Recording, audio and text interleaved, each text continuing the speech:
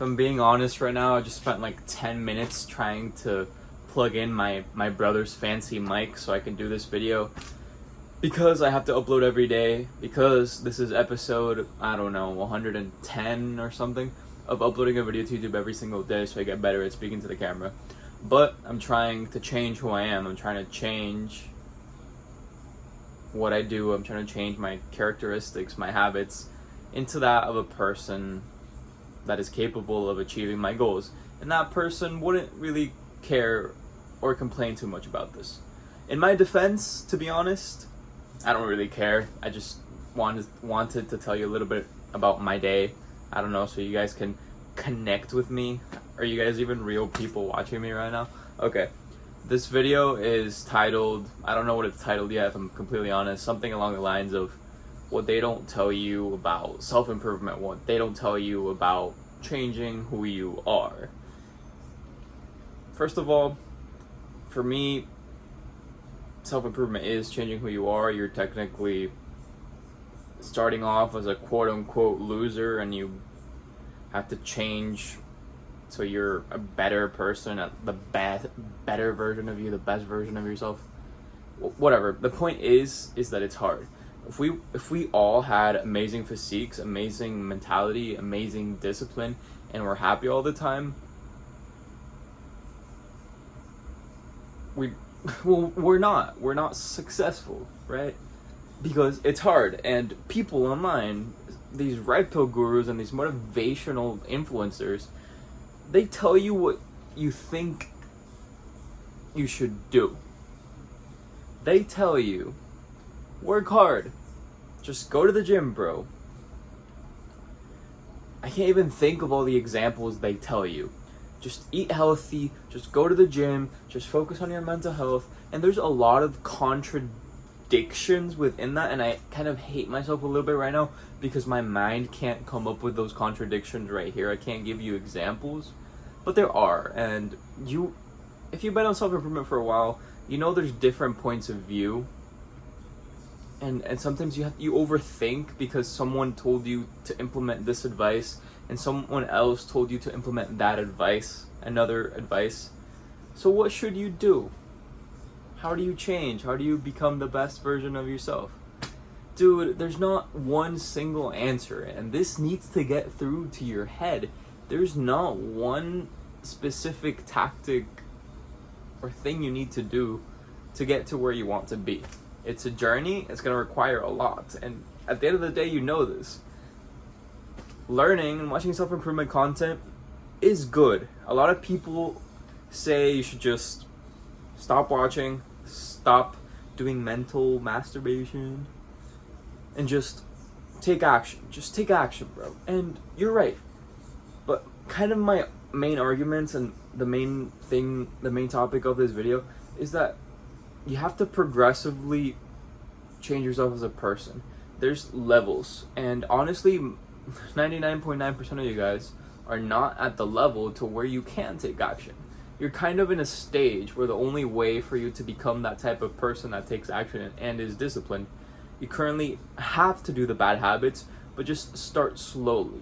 Right now, your brain has to consume content so it gets rewired and you're open to new ideas. And these ideas are seeds that are planted in your head that will one day possibly get you to become the person that you want to be. I say possibly because most of you that consume self-improvement content, you're not going to get everything you want, or at least you're not going to achieve the level of success that you have wanted in the past. You're not going to make a lot of money. You're going to be average, most of you. I'm not saying that's bad, but it's the truth. But it's also the truth that people who do make it have had their brain rewired similar to yours. First of all, let's talk about how people's brains are wired in a bit. Most people most people's wiring is just a consequence of their childhood and upbringing. It's not, the only other example I can think of when it's not your childhood and upbringing is when you're conscious of the way you are right now and choose to take action to change, right? Most people, most successful people, I would argue probably 90% of them, had great, not just circumstances. I'm not saying they had money. They were programmed to have good values, good mindsets, good relationship with failure, hardworking. I don't know. Their parents gave them really good positive feedback loops and praise, and they don't have too many crazy traumas, or they were raised to deal with trauma and setbacks and failures well.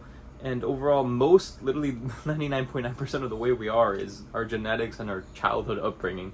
But we need like some type of luck to become really conscious of our faulty programming, our bottlenecks, our negatives.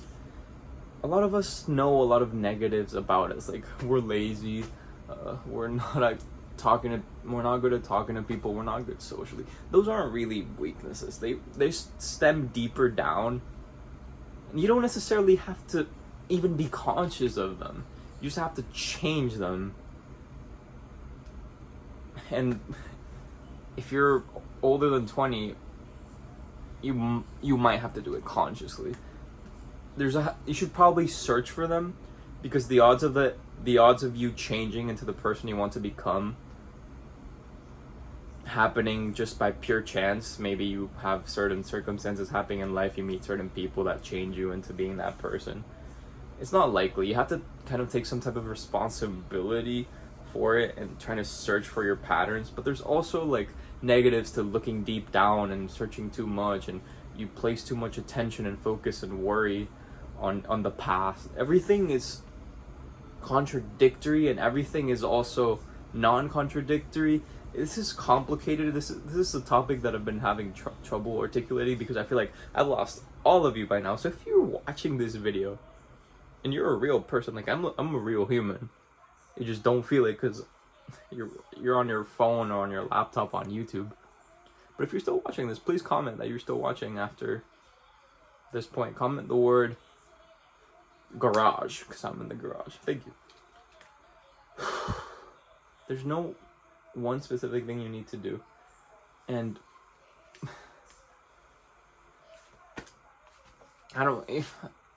to be honest, guys, I don't even remember what the topic of this video was. I've been waffling. It's what they don't tell you about self-improvement. But I forgot what is the thing that they don't tell you about self-improvement. It's probably just that there's no one specific thing you need to do. But there's more that I need to say that I forgot, man. Whatever.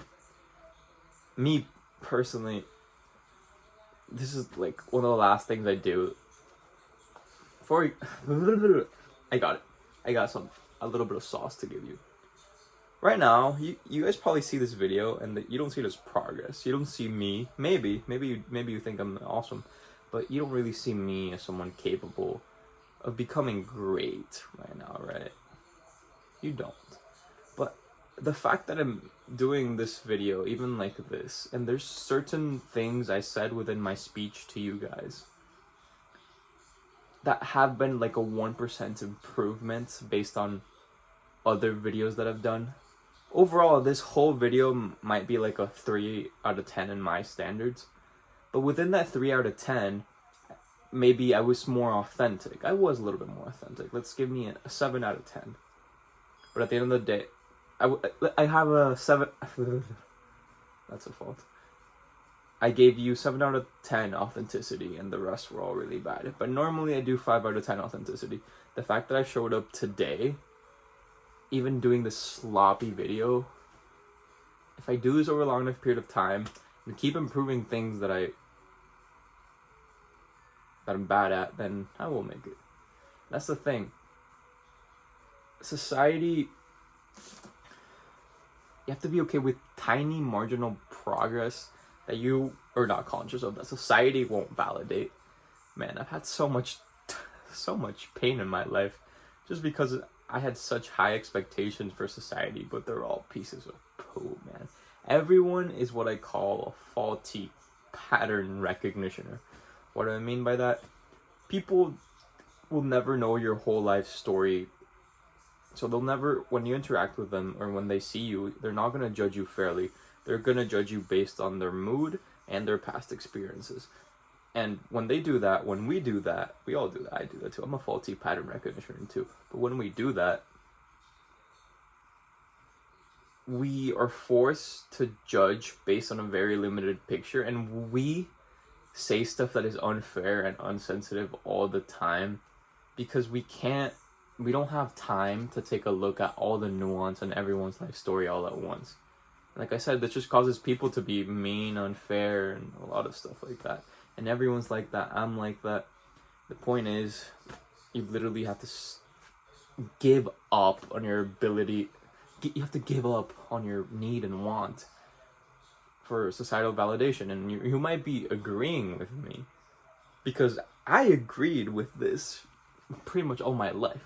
But I haven't accepted it. It's always in the back of my mind. I'm clinging on to it. Nah, people are gonna treat me fair. I still want them to treat me fair. It's a journey, but you shouldn't have to. This video is kind of bad. God bless you if you believe in love or all things happen for a reason or that humans have some type of purpose, then you kind of already believe in God, my brother.